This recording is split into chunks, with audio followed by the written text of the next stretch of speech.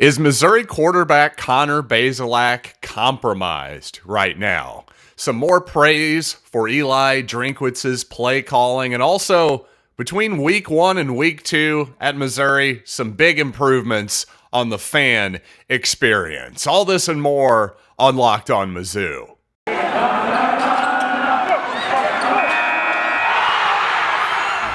You are Locked On Mizzou, your daily podcast on the Missouri Tigers, part of the Locked On Podcast Network, your team every day.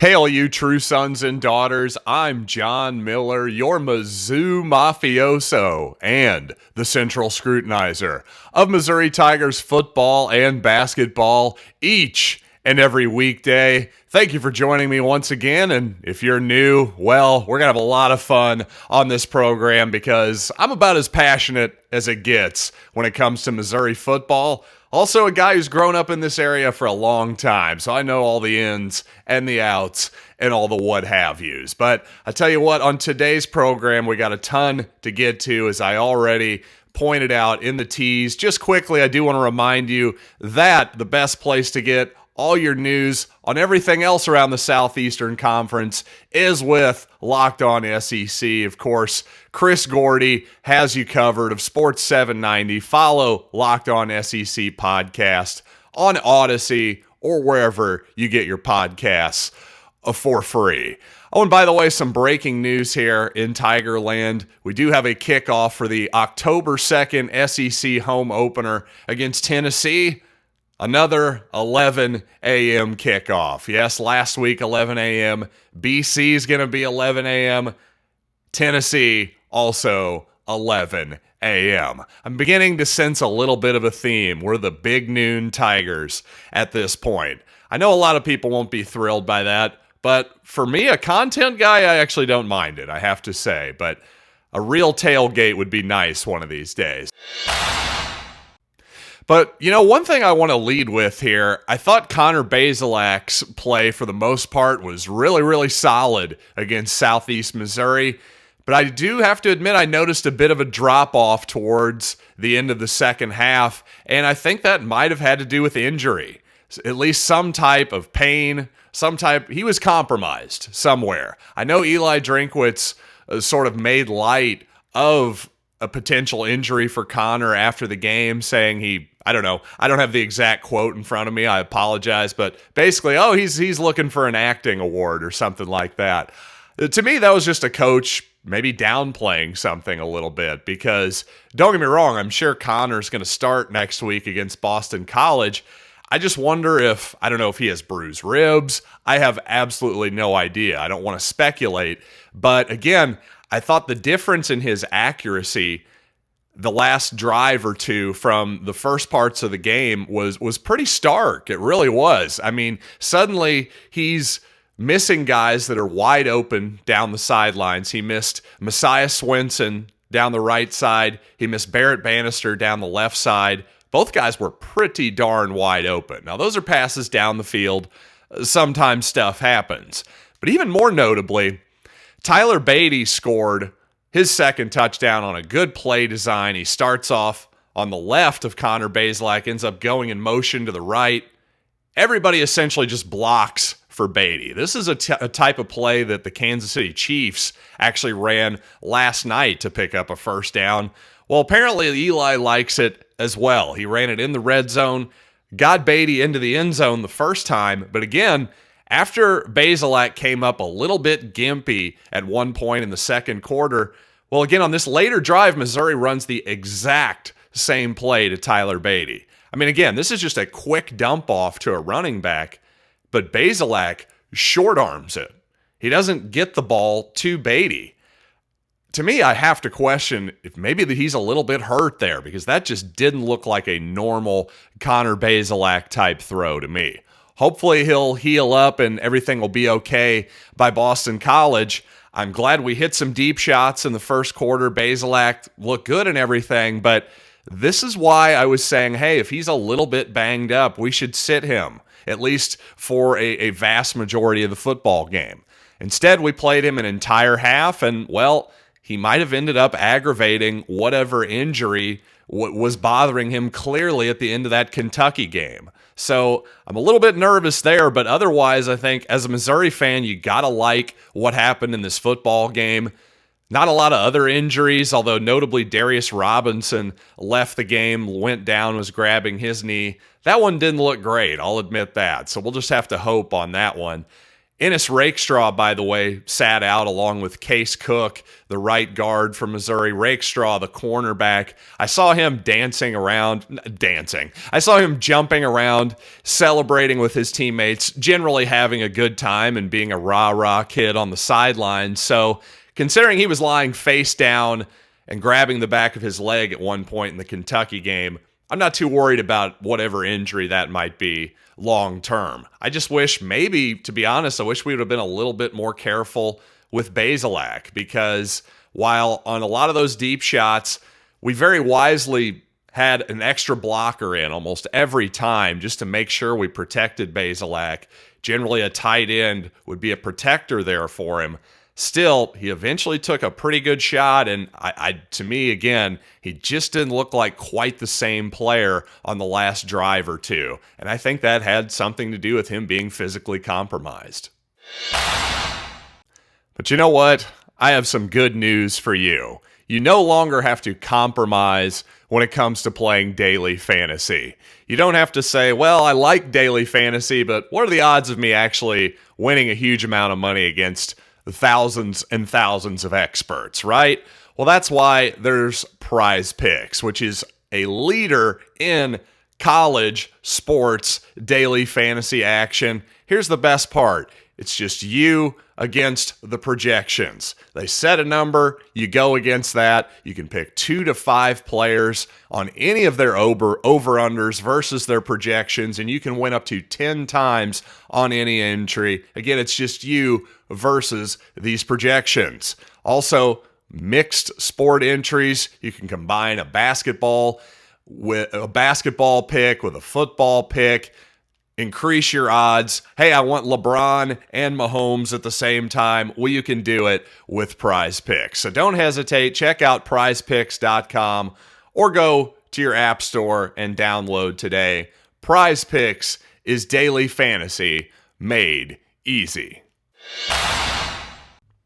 So another big statistical game for Tyler Badie. Fortunately, we were able to keep him pretty fresh for the most part. He didn't play a ton of snaps, but when he was in there, we certainly let him touch the football. No doubt about that. But I tell you, one thing that was interesting is on one play when Dominic Lovett came all the way across the field on somewhat of a medium drag route, I guess you would call it, him just sort of going all the way across the field through the middle of the play, and basically Tyler Badie got him open on that play, because by the time Lovett got all the way across the field, and a good blocking by the Missouri front on this play, because you got to have some protection to make this route work, but by the time Lovett makes his way all the way across the other side of the field, the linebacker who has the responsibility of guarding both Lovett, sort of his deep intermediate route there, and Tyler Badie in the flat, well, guess what? You have to respect Tyler Badie in the flat now. You can't just be like, oh, just ignore him. He's just a running back. No, we know he's one of the most explosive pass-catching running backs in the country, and maybe the best one I've ever seen at Missouri, quite honestly. So he is an absolute weapon there, and just his mere presence, in my opinion, got Dominic Lovett open on that play for probably a 15-yard gain or so. That's when you've really reached another level of being a great player, is when your mere presence can get other people open. Also, just going back and watching the Eli Drinkwitz film every week, at this point is becoming a true pleasure for me. The guy just knows how to design an offense, knows how to design plays, all that kind of stuff. And even if I'm going to nitpick him like I have before on his clock management? Well, again, to me, it's a lot like Andy Reid. Now, I put out a podcast fairly recently that said Eli Drinkwitz is the next Andy Reid. Well, of course, online, people who don't actually listen to the show, they have to chime in with their disagreements about, oh, how can you compare a guy who's been in college for 2 seconds to a Super Bowl champion? Well, here's how, everybody. Allow me to repeat myself for a second, in case you missed that episode. Eli Drinkwitz is an excellent, creative play caller that uses all kinds of motion and play action and just general creativity. He's always ahead of the curve on that kind of stuff. And especially in red zone, short yardage, he's going to come up with creative stuff that most coaches will not. But there's also some downsides too, right? Now, obviously, like you said, Eli can't compare his resume to Andy at this point. I mean, Eli's 38 years old. Give him some time. Number two, the real point here is, yes, they may have some similar deficiencies as well, at least right now. See, I think we all know Andy Reid is who he is at this point. Fortunately, Eli Drinkwitz at 38, hopefully he has enough time to maybe shore up some of his deficiencies, which to me has been just some odd time management moments on occasion. By the way, it occurred to me that Trey Jeffcoat has been kind of quiet so far this season, but let's not overreact. I think that's my reaction on Jeffcoat, is to not overreact, because while, again, a fairly quiet game against SEMO, Jeffcoat only played 11 snaps. Clearly, the Missouri defensive staff and the whole team wanted to get just a lot of looks on various different players, and we certainly got that. Mission accomplished there. For instance, I had a listener write in expressing some concern about corner Eli Green, the transfer from Tulsa. Well, he got actually the most snaps on defense in this football game, with only 34, by the way. Not a lot of snaps to be leading the team, but that just shows how many guys they were able to rotate in and get in on the field. And you know what? So far, so good for Green. Obviously not great competition to be seeing his most action, but I thought he looked pretty good for the most part, and he actually had an interception at one point that was actually waved off by penalty. So maybe an even better game than it looked in the box score for Mr. Eli Green. And obviously offensively, it was just good to be able to see Brady Cook at quarterback, Tyler Macon also, along with tight end Ryan Horstkamp, Dalen Carnell at corner, just several other guys, true freshmen, who got to see their first significant action of the year. And maybe even more importantly, a guy who's been around now for his second year in the program, J.J. Hester, caught a couple balls, including a long touchdown for about 60 yards from the aforementioned Tyler Macon. So really nothing to complain about this Southeast Missouri game whatsoever. Very penalty-free. You know, maybe I wanted Boo Smith when he singled for a fair catch and let that ball bounce 15 yards. Missouri had to start on its own one. Okay, I'd nitpick that, but you know what? I think Boo Smith will live and learn. For the most part, nothing to really complain about as far as Saturday goes. And you know what? Another props goes out to the Missouri Athletic Department.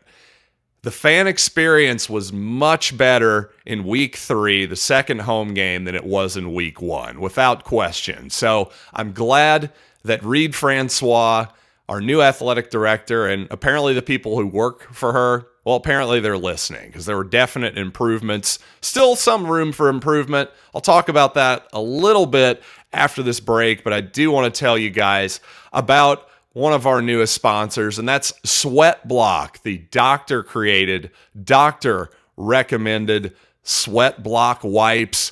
Yes, the dry shirt guarantee. You'll get your money back if these things don't work. But you know what? They're going to work. I can just about promise you that, because they were featured and tested on actual firefighters on the Rachel Ray Show. So you know what? We're just football fans. I think these things will do perfectly for us. This is a great thing to just keep in your toiletry bag. If you have a big presentation, a hot date, or you're just going to be traveling all day, you don't want to pit out a shirt, SweatBlock is the perfect product for all of that. So if you or someone you love is dealing with maybe a little bit extra in the sweat department, check out SweatBlock. Get it for 20% off today at SweatBlock.com with the promo code Locked On, or check them out at Amazon or CVS.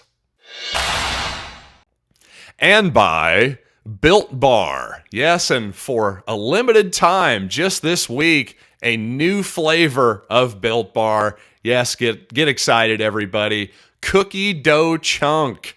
Oh, man. Can you believe it? Cookie dough in a protein bar, and yet it's relatively healthy anyway. Well, believe it, because that's what we're doing over at Built Bar. But regardless, if you're interested in the cookie dough chunk or not, the 9 original flavors still available for your delight.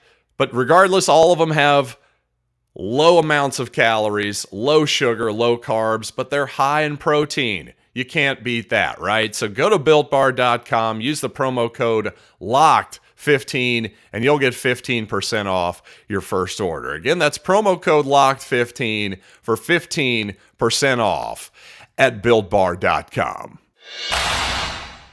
Hey, shout out to the Hickman High School Band, by the way, for filling in as Governor Parson stole Marching Mizzou away from our Tiger fans for the bicentennial celebration for Missouri. But no, seriously, if you're a high school kid, I thought Hickman did a great job. Heard a little bit of their performance early on. And, wearing black marching band uniforms during a hot afternoon, not exactly a joy, but you know what? They're in high school. They can take it, right? So again, shout out to the CUPE band. Appreciate you all helping us out. And you know what? Part of that fan experience, of course, was the CUPE band. And we had a better fan experience in week 3 here, the second home game. At least I did, certainly. Number one, they listened to us on the sound. We actually got the sound mixing correct. And yeah, I know I sound like the dorky podcast host talking about sound levels when nobody cares, but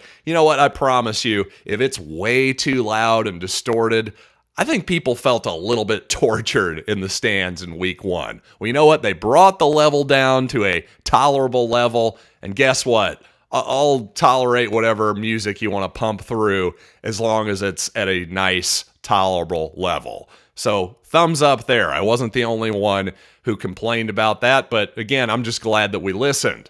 Also, the concession lines were a little bit better too. We added a couple more people in the south end zone, I noticed. That was very much appreciated as well. The only final note, though, the black partitions in the south end zone still up. Why is that? Somebody's got to explain that one to me. Again, get the partitions down. I want to be able to see the field. I thought that was one of the big selling points of the south end zone concourse, is that it's open and you can see everything. So let's get back to that. Also, I pointed out that Allie Green led the defense with 34 snaps. Well, on offense, Connor Wood led the entire team with 67 snaps, and actually that was most on the team by a pretty hefty margin. So obviously the coaches wanted to see more out of Wood, who right now appears to be your sixth offensive lineman for all intents and purposes. And, he remained in the game, obviously started with Case Cook sitting this one out. Doesn't seem like whatever is bothering Case is too serious, but again, something to monitor here during the practice week. But seems like Wood did okay during his snaps. Didn't watch him specifically, but also the young man Connor Tollison, true freshman, got some snaps at center as well. I think Connor Tollison might well be the heir apparent to Michael Maietti at center. I really do. So interesting thing to keep your eye on there. And also just one more final note. To me, Jamie Pettway, once again, stood out pretty well in his limited action. Linebacker, Jamie Pettway, I believe he's number 28, possibly number 29, but number 1 in my heart, clearly, because anytime he's on the football field, I just wind up being impressed, especially against the run. He seems like a hard-hitting, hard-nosed type linebacker. I'd just like to see him maybe get a little bit more action in meaningful situations and see what he does. Because I thought last season at the end he had his moments, and he's had his moments in limited action so far this year too. He's one guy defensively that I'd like to see get some real reps this coming Saturday in Boston.